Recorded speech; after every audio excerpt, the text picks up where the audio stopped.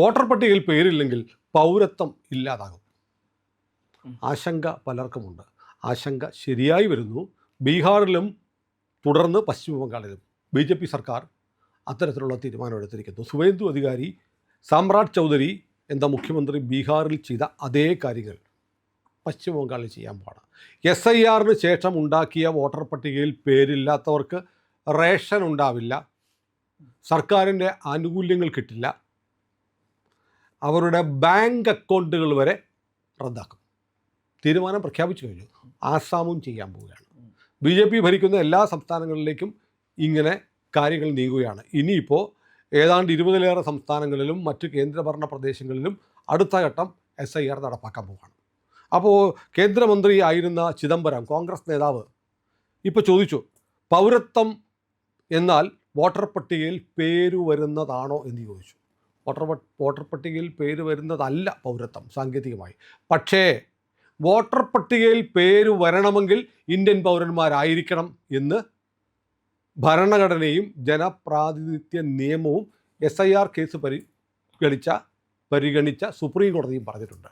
അപ്പോൾ വോട്ടർ പട്ടികയിൽ പേര് വരുന്നത് പൗരത്വം തന്നെയാണ്, പൗരത്വ രേഖ തന്നെയാണ് ഫലത്തിൽ വോട്ടർ പട്ടിക. ഇപ്പോൾ കേരളത്തിൽ ഒരുപാട് പേരോട് നമ്മൾ ഇടയ്ക്കുള്ള SIRൻ്റെ വീഡിയോ ഒക്കെ ചെയ്തപ്പോൾ നമ്മൾ പറഞ്ഞു, നിങ്ങൾ ഉറപ്പായും വോട്ടർ പട്ടികയിൽ പേരുണ്ട് എന്ന് ഉറപ്പ് വരുത്തണം എന്ന് പലതവണ പറഞ്ഞതാണ്. എന്നിട്ടും വിട്ടുപോയ ഒരുപാട് പേരുണ്ട്. എൻ്റെ ചില പരിചയക്കാരുണ്ട്, അവർ എറണാകുളത്തൊക്കെ ജോലി ചെയ്യുന്നവരാണ്. വലിയ കാര്യത്തിൽ നാട്ടിൽ വോട്ട് ചെയ്യാൻ ചെന്നു, വോട്ട് ചെയ്യാൻ പറ്റിയില്ല. തിരിച്ചു വന്നിട്ട് പറഞ്ഞു വോട്ട് ചെയ്യാൻ പറ്റിയില്ല, പഞ്ചായത്ത് ഇലക്ഷൻ ഞാൻ വോട്ട് ചെയ്തതാണ്. നമ്മുടെ നാട്ടിലെ ആളുകളുടെ ഒരു വലിയ ധാരണ പ്രശ്നമാണ്. പഞ്ചായത്തിലെ വോട്ടർ പട്ടികയും പാർലമെൻറ്റ് നിയമസഭ വോട്ടർ പട്ടികയും ഒന്നല്ല.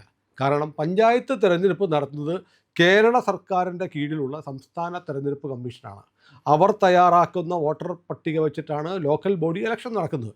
എന്നാൽ തിരഞ്ഞെടുപ്പ് കമ്മീഷൻ ഓഫ് ഇന്ത്യ തയ്യാറാക്കുന്ന വോട്ടർ പട്ടികയാണ് നിയമസഭയിലേക്കും പാർലമെൻറ്റിലേക്കുമുള്ള ഇലക്ഷൻ ഉപയോഗിക്കുന്നത്. ഈ രണ്ട് ഇലക്ഷൻ കമ്മീഷനുകളും രണ്ടാണ്. ഒന്ന് സംസ്ഥാന സർക്കാരിൻ്റെ കീഴിലുള്ളതാണ് ലോക്കൽ ബോഡി, തദ്ദേശ സ്വയംഭരണ സ്ഥാപനങ്ങളുടെ തിരഞ്ഞെടുപ്പിലേക്ക് വോട്ട് ചെയ്യാനുള്ളത്.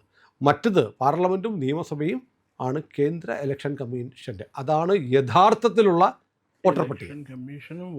വോട്ടർ പട്ടിക അതാണ് പൗരത്വവുമായി ബന്ധപ്പെട്ടിരിക്കുന്നത്. അപ്പോൾ ഇത് സാമ്രാട്ട് ചൗധരി തുടക്കം കുറിച്ചു ബീഹാറിൽ, സുവേന്ദു അധികാരിയും അത് ഏറ്റെടുക്കുന്നു, ആസാമിൽ ഹിമന്തയും നടപ്പാക്കുന്നു. ഈ 3 സംസ്ഥാനങ്ങളിലും വലിയ തോതിൽ ബംഗ്ലാദേശി നുഴഞ്ഞുകയറ്റമുള്ള സ്ഥലമാണ്. അപ്പോൾ ഈ വോട്ടർ പട്ടികയിൽ ഇപ്പോൾ പലരും പറയുന്ന പോലെ അത് മനഃപൂർവ്വം അവിടെ ഇലക്ഷൻ ജയിക്കാൻ വേണ്ടിയിട്ട് വോട്ടർമാരെ വെട്ടി നിരത്തി എന്നൊക്കെ പറയുന്നുണ്ട്. പക്ഷേ ഞാൻ ഇപ്പോൾ കണക്ക് പരിശോധിച്ചു, ഇന്ത്യയിലെ ഏറ്റവും കൂടുതൽ വോട്ടർ പട്ടികയിൽ നിന്ന് പേരുകൾ വെട്ടിയത് ഉത്തർപ്രദേശിലാണ്. ഉത്തർപ്രദേശിൽ 2,05,00,000 പേരുടെ പേരാണ് വെട്ടിയത്. 2,05,00,000. ബംഗാളിൽ 91,00,000 പേരുടെ വെട്ടിപ്പോയി, ബീഹാറിൽ 65,00,000 വെട്ടിപ്പോയി. പക്ഷേ BJP ഭരിക്കുന്ന BJPയുടെ ശക്തി കേന്ദ്രമായ UPയിൽ 2,05,00,000 വെട്ടിപ്പോയിട്ടുണ്ട്. തമിഴ്നാട്ടിൽ 74,00,000 വെട്ടിപ്പോയിട്ടുണ്ട്. ഗുജറാത്തിൽ 64,00,000 വെട്ടിപ്പോയിട്ടുണ്ട്. മധ്യപ്രദേശിൽ 34,00,000 വെട്ടിപ്പോയിട്ടുണ്ട്. രാജസ്ഥാനിൽ 31,00,000. ഛത്തീസ്ഗഡിൽ 25,00,000. കേരളത്തിൽ ഏതോ 9-10 ലക്ഷത്തോളം പേരുകൾ പോയിട്ടുണ്ട്. അങ്ങനെ ഇന്ത്യയിൽ 5,18,00,000 ആളുകളുടെ പേരുകൾ വോട്ടർ പട്ടികയിൽ നിന്ന് നീക്കം ചെയ്തിട്ടുണ്ട് SIRന് ശേഷം ഇതുവരെ എന്നാണ് പറയപ്പെടുന്നത്. ബാക്കി 20 സംസ്ഥാനങ്ങളും കാരണം കേന്ദ്രഭരണ പ്രദേശങ്ങളിലൂടെ വരുമ്പോഴത്തേക്ക് ഇത് കോടികളാവും. അപ്പോൾ ഇന്ത്യയിൽ ഏതാണ്ട് 10 കോടിയിൽ പരം വിദേശികൾ നുഴഞ്ഞുകയറ്റക്കാരുണ്ടെന്നാണ് കേന്ദ്ര ആഭ്യന്തര മന്ത്രാലയത്തിൻ്റെ ഏകദേശ കണക്ക്. കൂടാനേ സാധ്യതയുള്ളൂ. അപ്പോൾ പൗരത്വം സംബന്ധിച്ചൊരു രേഖ ഇന്ത്യയിൽ ഉണ്ടാക്കാൻ സമ്മതിക്കത്തില്ല, നാഷണൽ സിറ്റിസൺസ് രജിസ്റ്റർ ഉണ്ടാക്കാൻ സമ്മതിക്കത്തില്ല എന്ന് പറഞ്ഞുകൂടെ പ്രതിപക്ഷം ബഹളം വെച്ചിരുന്നത് ഇവിടുത്തെ നുഴഞ്ഞുകയറ്റക്കാരെ വോട്ടർമാരായി നിലനിർത്താൻ വേണ്ടിയിട്ടായിരുന്നു. ഇപ്പോൾ SIR നടപ്പാക്കിയതിലൂടെ പതുക്കെ ഇന്ത്യക്കാരല്ലാത്തവരെ കണ്ടെത്താൻ കഴിയുന്നൊരു സ്ഥിതി ഉണ്ടായി വരികയാണോ? അവരെ ഇനി എന്ത് ചെയ്യും? ഇതാണ് ചോദ്യം. അവർ ബംഗ്ലാദേശിൽ നിന്ന് വന്നിട്ടുള്ളവരെ തിരിച്ചയക്കാനായിട്ട് ഇപ്പോൾ ബംഗ്ലാദേശിൻ്റെ വിദേശകാര്യ മന്ത്രാലയത്തിലെ ഒരു ജൂനിയർ മന്ത്രി പറഞ്ഞു, അങ്ങനെ തിരിച്ചയച്ചാൽ ഞങ്ങൾ എടുക്കുകയൊന്നുമില്ല. അവരെല്ലാവരും പറയുന്നുണ്ട് ഞങ്ങൾ ബംഗ്ലാദേശിൽ നിന്ന് നുഴഞ്ഞേറി വന്നതാണെന്ന്. അവർക്ക് സത്യം പറയാതിരിക്കാൻ നിവൃത്തിയില്ല. സുനിൽ, ഇത് പണ്ടേ നടപ്പിലാക്കേണ്ടതായിരുന്നു. ഇപ്പോൾ ലോകത്തിലെ ഏറ്റവും വലിയ ജനാധിപത്യ രാജ്യമാണെന്ന് വിശേഷിപ്പിക്കുന്ന അമേരിക്കയിൽ സേവ് എന്ന് പറയുന്ന ഒരു പുതിയ പദ്ധതി, ഒരു പുതിയ നിയമം നടപ്പിലാക്കാൻ പോവുകയാണ്. അത് കോൺഗ്രസിന് മുമ്പാകെ അവതരിപ്പിച്ചിരിക്കുകയാണ്. കോൺഗ്രസ് അമേരിക്കൻ കോൺഗ്രസ്, രാഹുൽ ഗാന്ധിയുടെ കോൺഗ്രസ് അല്ല, അവിടുത്തെ പാർലമെന്റിന്റെ പേരാണ് കോൺഗ്രസ്. അതെ, അത് ഈ സേവ് എന്ന് പറഞ്ഞാൽ സേവ് അമേരിക്കൻ വോട്ടേഴ്സ് എലിജിബിലിറ്റി എന്നുള്ളതാണ്. അതായത് അമേരിക്കൻ പ്രസിഡൻഷ്യൽ തെരഞ്ഞെടുപ്പിലും മറ്റ് തെരഞ്ഞെടുപ്പുകളിലും വോട്ട് ചെയ്യാൻ അർഹതയുള്ളവർ അമേരിക്കൻ പൗരന്മാരായിരിക്കണം, യഥാർത്ഥ അമേരിക്കൻ പൗരന്മാരായിരിക്കണം. ഇപ്പോൾ ഉദാഹരണത്തിന് ഇപ്പോൾ ചിലർ അമേരിക്കയിൽ സന്ദർശനാർത്ഥം പോവും. ചിലപ്പോൾ ചെറിയ എന്തെങ്കിലും കോൺട്രാക്ട് പീരീഡിൽ ജോലി കിട്ടിയിട്ട് എന്താ പറയുക, തൽക്കാലത്തേക്ക് 2 വർഷത്തേക്കോ 3 വർഷത്തേക്കോ ഒരു കമ്പനിയുടെ റെപ്രസെൻറ്റേറ്റീവായിട്ട് അവിടെ പോയി ജോലി ചെയ്യണവരുണ്ട്, ഇന്ത്യയിൽ നിന്നാണെങ്കിലും ഒക്കെ. അപ്പോൾ അവരുടെ ഭാര്യമാരെ അവിടെ പ്രസവിച്ച് ആ കുട്ടിക്ക് ഇപ്പോഴത്തെ നിലയിൽ അമേരിക്കൻ പൗരത്വം കിട്ടും. ആ അമേരിക്കൻ പൗരത്വം ഇനിയും കിട്ടില്ല. നാച്ചുറൽ ഗർഭ ടൂറിസം പറ്റില്ല എന്ന് ട്രംപ് പറഞ്ഞിട്ടുണ്ട്. കാരണം നമ്മുടെ രാജ്യത്ത് കിട്ടും, നമ്മുടെ രാജ്യത്ത് കിട്ടും. അതിൻ്റെ കാരണം ഇപ്പോൾ ഈ മെക്സിക്കോ വഴി കണ്ടമാനം അനധികൃത കുടിയേറ്റം അമേരിക്കയിൽ നടക്കുന്നുണ്ട്. നമ്മളൊക്കെ ഈ അമേരിക്കനെ കുറ്റം പറയുകയും ചെയ്യുന്നത് എല്ലാവരും ഓടിപ്പോണം അവിടേക്കാണ്. അവിടെ വളരെ സ്ട്രിക്റ്റാണ്. ഇപ്പോൾ അമേരിക്ക, ഓസ്ട്രേലിയ, ഇംഗ്ലണ്ട്, അതുപോലെ സ്കോട്ട്ലൻഡ്, അയർലൻഡ്, വെയിൽസ്, യൂറോപ്പിലെ മറ്റ് രാജ്യങ്ങളെല്ലാവരും അവരുടെ കുടിയേറ്റ നിയമം വളരെ സ്ട്രിക്റ്റ് ആക്കിയിരിക്കുകയാണ്. കാരണം അവർക്ക് മനസ്സിലായി അവരുടെ രാജ്യത്തിൻ്റെ സുരക്ഷ അപകടത്തിലാണെന്ന്. അല്ല സാർ, ഇത് സംബന്ധിച്ച് ഞെട്ടിക്കുന്നൊരു വിവരം ഏതാനും മാസങ്ങൾക്ക് മുമ്പ് ഞാനൊരു വീഡിയോ ചെയ്തിരുന്നു. അതായത് കാശ്മീരിലെ ഒരു CRPF ഭടൻ മുസ്ലിമാണ്. അയാൾ കല്യാണം കഴിച്ചിരിക്കുന്നത് പാകിസ്ഥാനി പെൺകുട്ടിയാണ്. ആ പെൺകുട്ടിയെ ഇവിടെ കൊണ്ടുവന്ന് അയാൾ താമസിപ്പിച്ചിരിക്കുന്നു ഇന്ത്യൻ പൗരത്വമില്ലാതെ. അവർ പാകിസ്ഥാനിയാണ്, പാകിസ്ഥാൻ സിറ്റിസൺഷിപ്പ് ഉപേക്ഷിച്ചിട്ടില്ല. അപ്പോൾ അവരുടെ കൂറ് പാകിസ്ഥാനോടാണ്.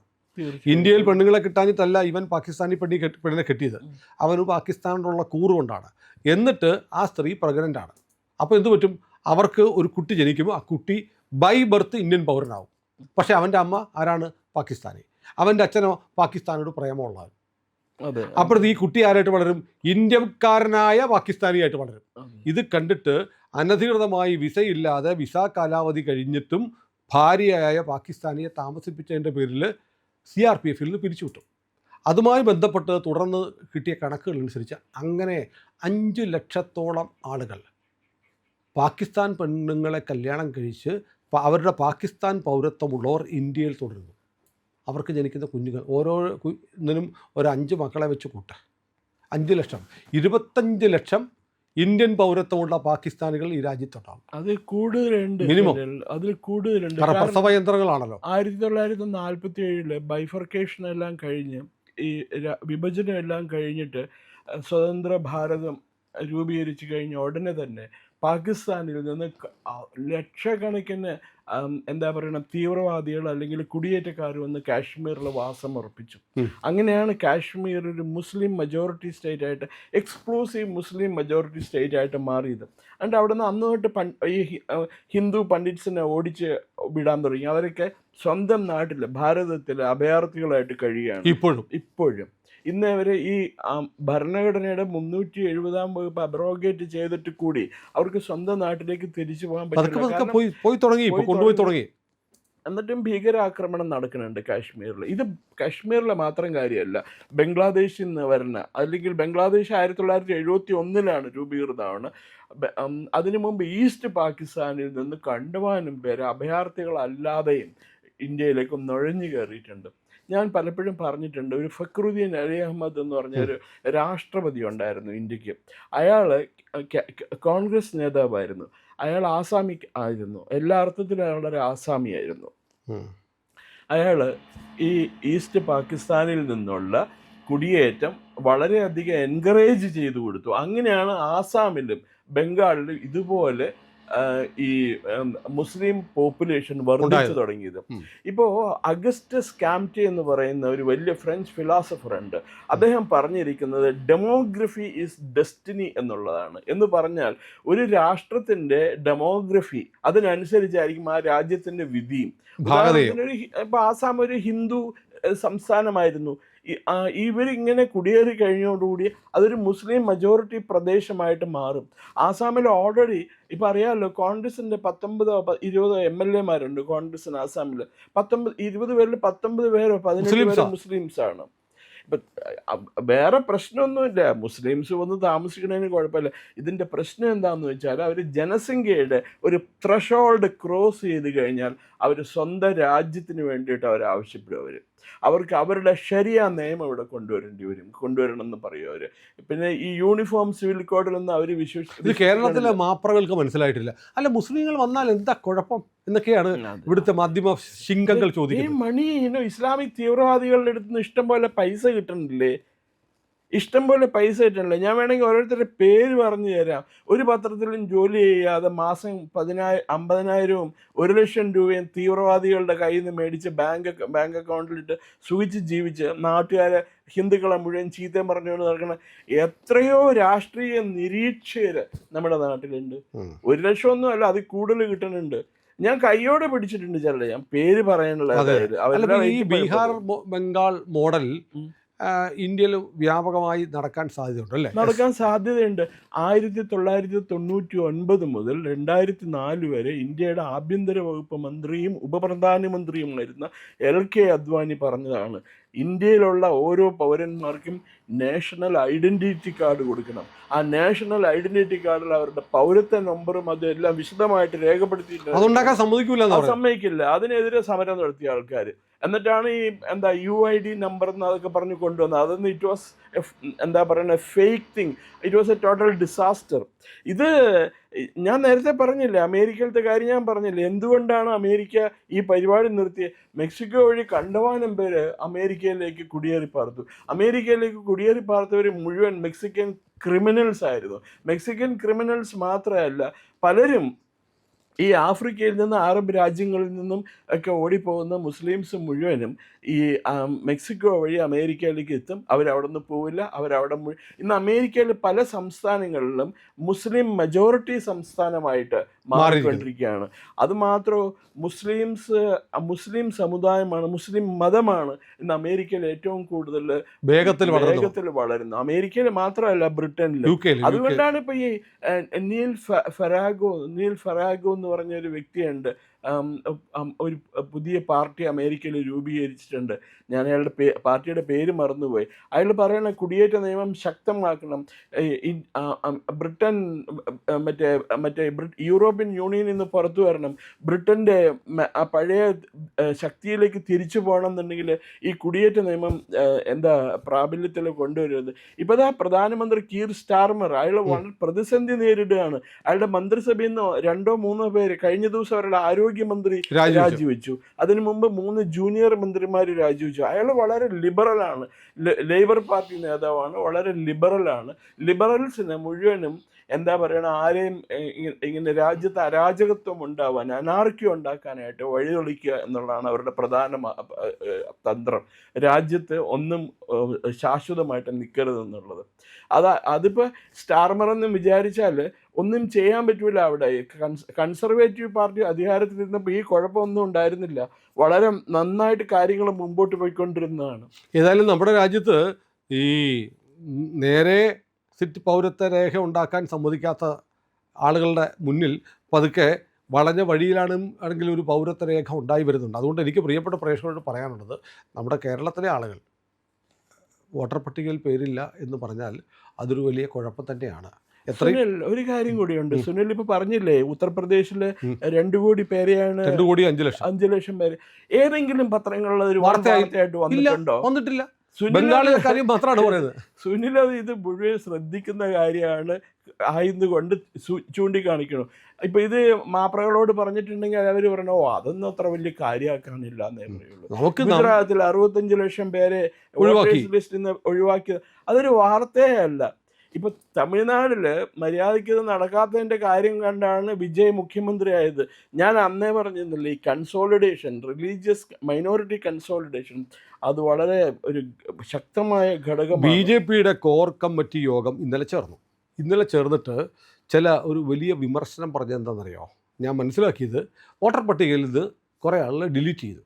ഈ ഡിലീറ്റ് ചെയ്ത ആളുകളെ രണ്ടാമത് ചേർത്തു.